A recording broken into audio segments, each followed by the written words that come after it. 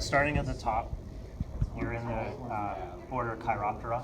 So we have Vespertilionidae family and Molossidae family are the only two families you have to know. The Molossidae, the only thing as you look down that jumps out is you have one tail that extends past. So this is in the Molossidae family. This is a Mexican or Brazilian free-tailed bat. And if you look at the face, Vespertilionidae means mouse-eared bat.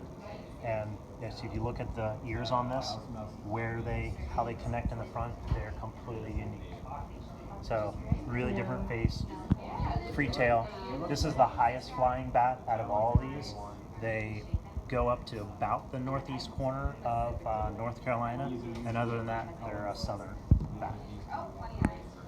So next thing as you're going, that jumps out at me, because it's the first thing that if I would hit, is how tall these ears are. So you have the big-eared bats.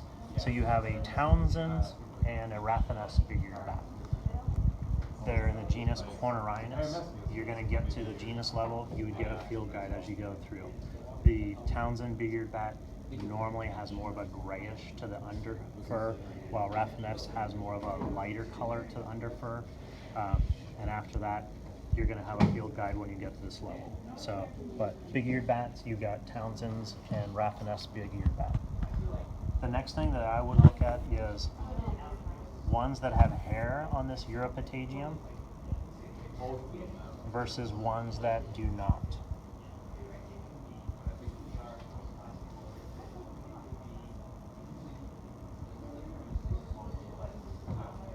So dense fur the entire length, and this is about halfway.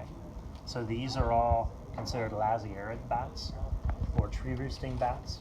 So this is the hoary bat, hoary frost, Lasiaris cinereus, red bat, and this is a male red bat and a female red bat, Lasiaris borealis, seminole bat, Lasiaris seminolis, and then this is the lone one that only goes halfway. This is a silver-haired bat, so it just has silver tips to its hair instead of a hoary frost that covers everything. And then this is Lasionycterus noctivagans.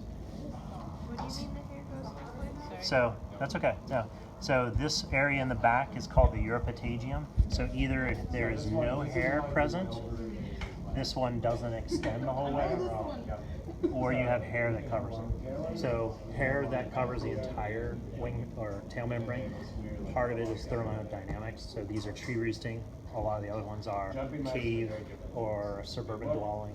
So you're gonna, or some are also gregarious, where they're social. And then you have the partial hair. And then if you look at all these, minus there's a tiny bit that it looks like it's there, but overall, there's no hair on the Uropatagium of all the other bats. So then you're left with the really tough ones, which are all the ones that look small, brown.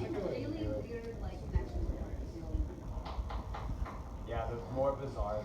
So as we're looking down, the first thing that I look at is this big forearm.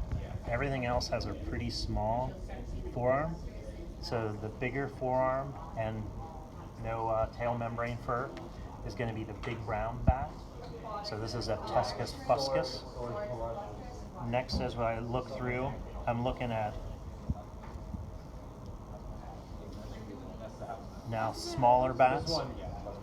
And if I look down, I see a coloration in the wing, in the bones here. So you've got the humerus and then the digits.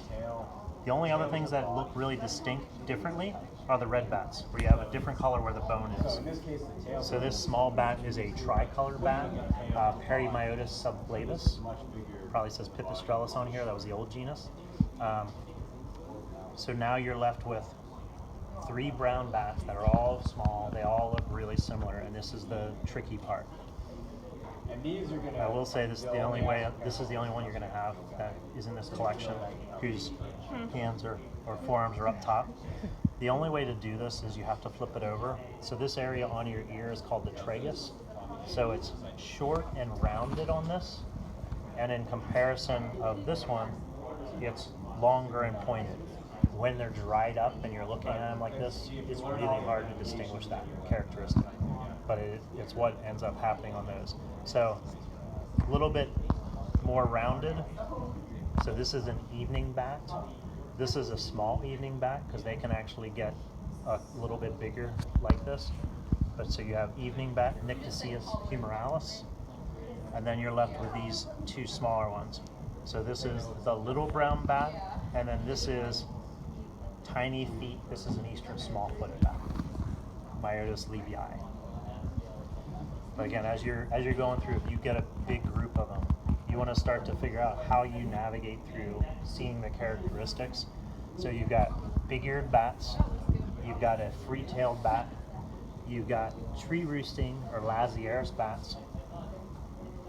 This one only has half the tail membrane, so it's half a Lazierid, so it's Lasionycterus.